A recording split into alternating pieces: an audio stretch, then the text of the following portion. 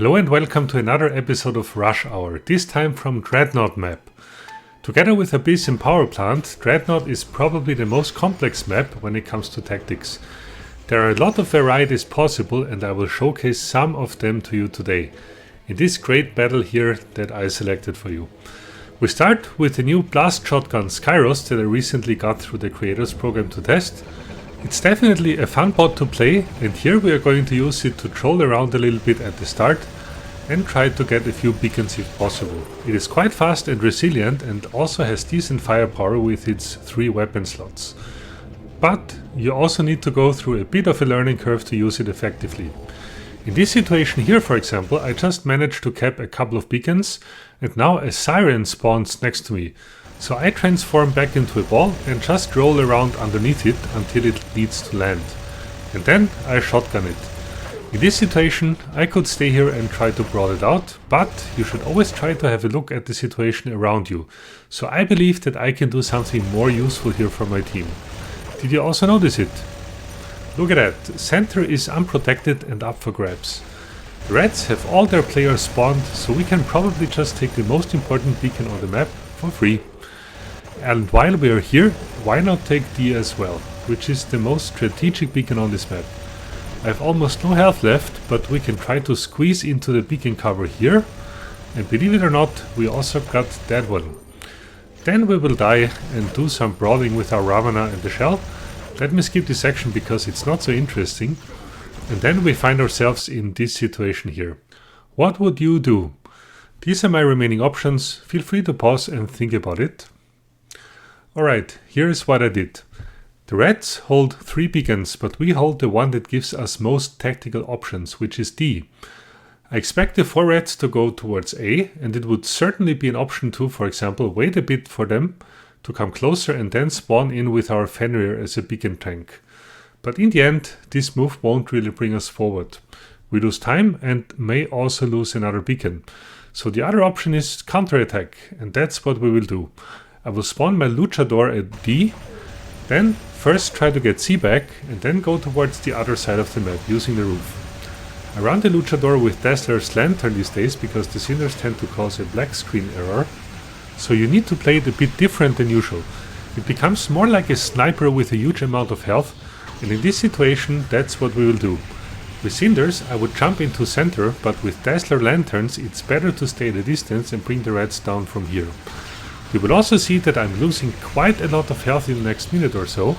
That's the disadvantage if you run the Orion mothership with your Luchador instead of the Mantis. You rely on external healing. The Orion provides you decent damage even against Titans, but the Mantis makes you more resilient. It's a trade-off, especially orbital strikes, and this Revenant that just jumped on us will drain us down, but we will survive and finally also manage to bring down this Revenant with the help of my team. After that, we pummel a couple of more Reds, and then we are in a good position to go for C. But I actually want my team to take it because I want to go on the roof in order to get access to the beacons on the other side. Our beacon A is blue, that leaves B and E to jump on. I decide to jump on B because strategically it's more important.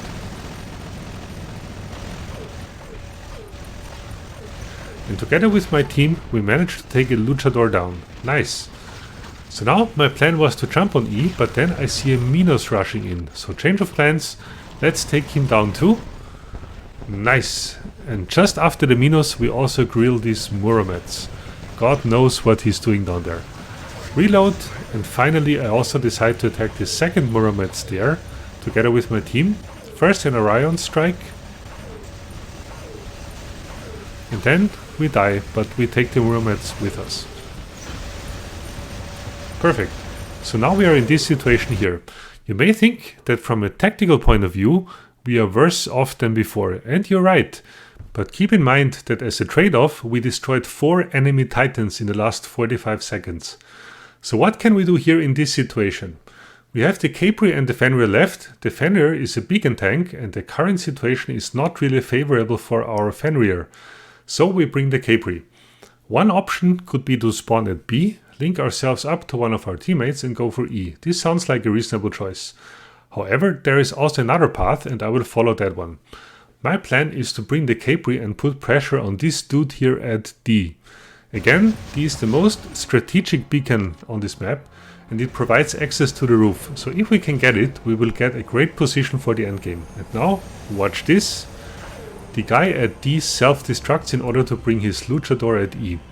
So I can take the most strategic beacon rush beacon on this map for free. Who would have thought that? So what's next? A, B and C are all blue, so clearly the best option here is to go on the roof. Everybody and their mom will now push forward. The first Reds are already coming towards C. One option would be to block C for a while and avoid the Reds taking it, but I believe that there is a better option, and it's not obvious at the first glance. Watch this. Just a few seconds ago, the whole red team was at E, and now it's deserted. So the right move here is to take E. This has many advantages. Not only will we get another blue beacon, but if you come down from the roof, the red team simply does not expect this move. So as a consequence, for example, I can also take out this siren here. Then I rush to B, because my body here is dying and somebody needs to block the blue beacon. At that point in the game I had my Capri and a Fenrir left, so I believe that I could have tanked it out here. We have a beacon bar lead, we hold 3 beacons, and all remaining 3 red players are around me trying to take me down. And maybe if my remaining buddy here is a smart player, he would now go for C in the meantime, and we would even get a 4th beacon. So this was the scenario that I anticipated, but often things turn out to be a bit different than you expect. And the reason for this is that the red luchador executes a move that I also showed in one of my recent videos, that is called How to Get Robots Off a Beacon with a Luchador. If you place your luchador point blank at a robot and you use your jumping ability, you can throw any robot off a beacon. And this is what will happen to me now. Usually this is an issue of course, but look where I will be flying.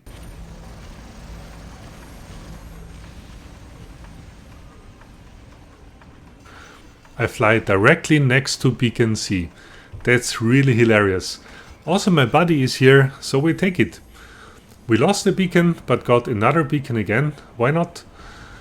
And while we are here, I also knock on the door for beacon D, because it's undefended. But now, the red top player shows great awareness of what's happening and proves that he is a very good player, because not everybody would have done that. He sacrifices his Meta Capri in full health and spawns a D with his beacon tank.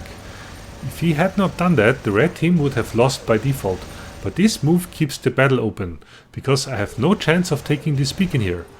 Again, that shows a great tactical understanding of the red top player, making a huge personal sacrifice in order to preserve his team a good chance to win here.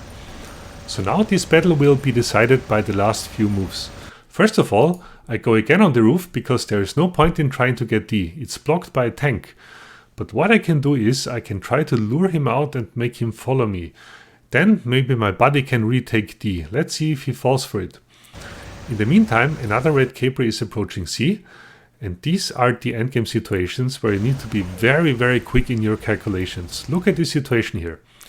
It's a 2 versus 2, 33 seconds left to play. We hold A and C is turned red. The question here that you need to answer in a fraction of a second is it enough for us to win if we hold 2 beacons? Or should I rather go towards D or advance towards B and E for trying to turn 1 or 2 of these blue? My intuition said, yes, it's enough to win this battle if we keep C blue. So I drop down just in time and try to survive here for another 20 seconds or so. Eventually my buddy dies, but time is on our side.